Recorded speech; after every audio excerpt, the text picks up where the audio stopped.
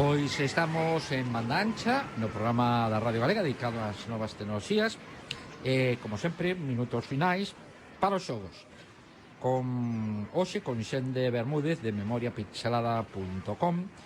Xende, boas tardes.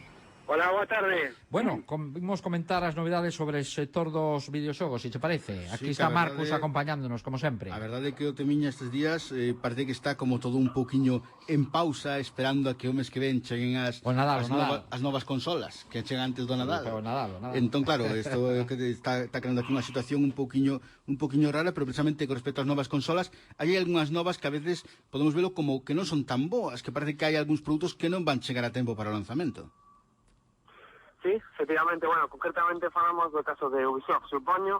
Sí. E, bueno, efectivamente, hai cando menos dos títulos importantes que se van retrasar, que están causando bastante prejuicio a compañía en ese sentido, porque, lógicamente, eran dúas previsións importantes en ventas que están repercutindo negativamente. Pero, bueno, a marxe da baixada en bolsa e de que podan perjudicar ao parque da consola no seu lanzamento, bueno, das consolas non se estaban previstos, pois, en principio, só perjudicará aos fans máis inmediatos das sagas. Sí, en cambio, o título que probablemente máis está a sorprender estes días, precisamente porque xa o hai para as consolas actuais, e vese que para as novas vai dar un salto moi importante, é o último xogo de baloncesto que imos ver no mercado, non?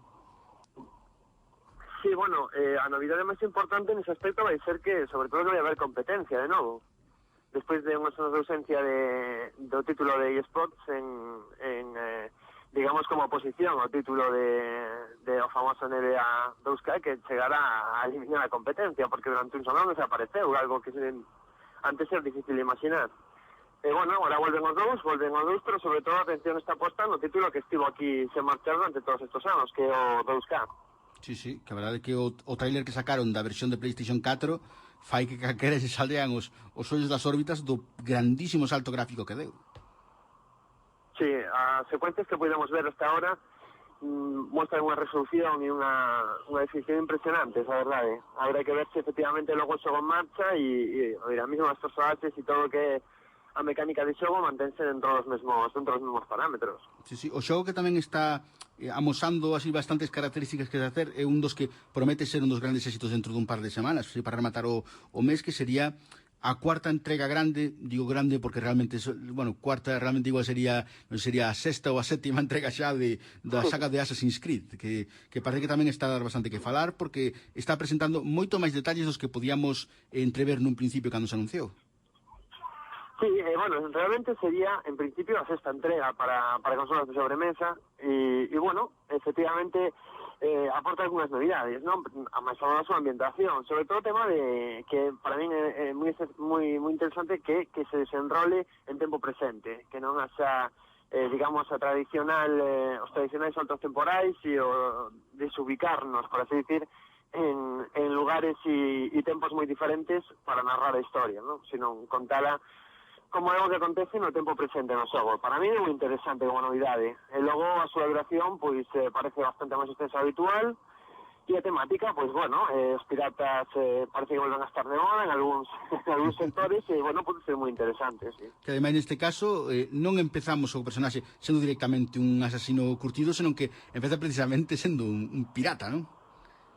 Sí, é que esa novidade da ambientación caribeña no século de ouro da piratería e tal pode dar moitísimo de sí. Hai que ver como desenrola logo Ubisoft. A fórmula mellor no básico non sufre grandes alteracións, porque, bueno, unha saga moi consagrada, con moitísima trayectoria, moitísimos fans, e non creo que toquen o que son os isos básicos, non? Ainda que o temático, algún deles, como digo, xa está, digamos, replantexado. Imos ver como funciona. Eu creo que en principio as bases que trae, que o distinguen dos seus antecesores, pois son se cadran máis interesantes. O sea que despois de botar unha partida, cando pensemos no Caribe, en vez de pensar en sol e praia, igual empezamos a pensar en falcatruadas dos piratas, que era o que había antes no cine romántico. Pero o que sí que nos está traendo moitas novas precisamente de cara ao Nadal, descarado iso, é a compañía xaponesa Nintendo, que parece que vai colocar no mercado unha chea de consolas, unhas máis novas que outras, unhas simplemente cambian de apariencia, outra en cambio cambian en prestacións, non sempre hacia arriba.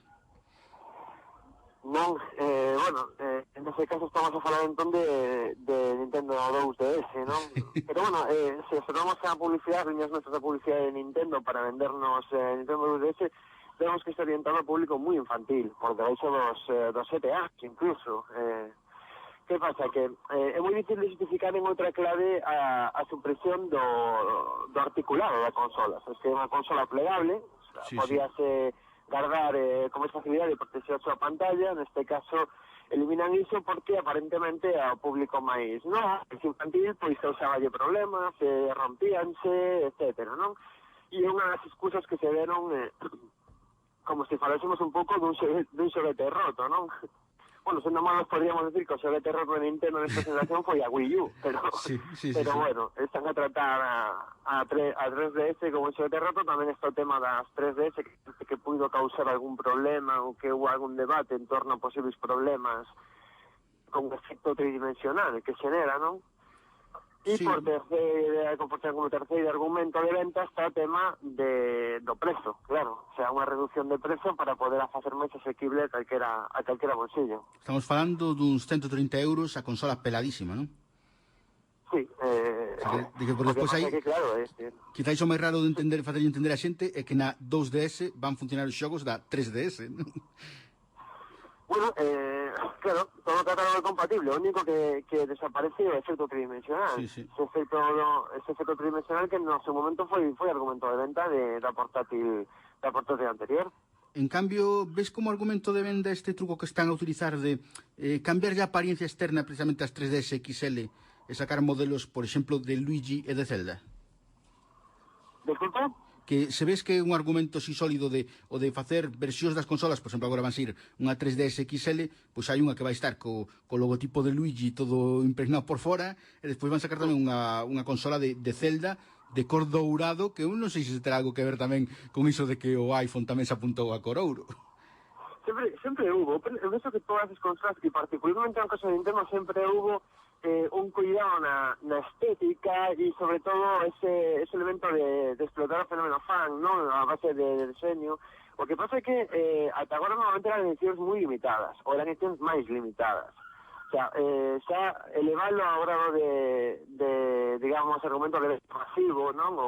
O fenómeno de venta masivo quizás sexa porque, bueno, xa sabemos todos que efectivamente a Nintendo non lle foi tan ben como agardaba, non? Con o último hardware, ni moitísimo menos. Por lo tanto, evidentemente, vai a ter que explotar outras características que son, sobre todo, o poder das súas franquicias máis clásicas, non? O poder das súas franquicias míticas que son as que lle dan de comer, son fundamental, sobre todo neste momento.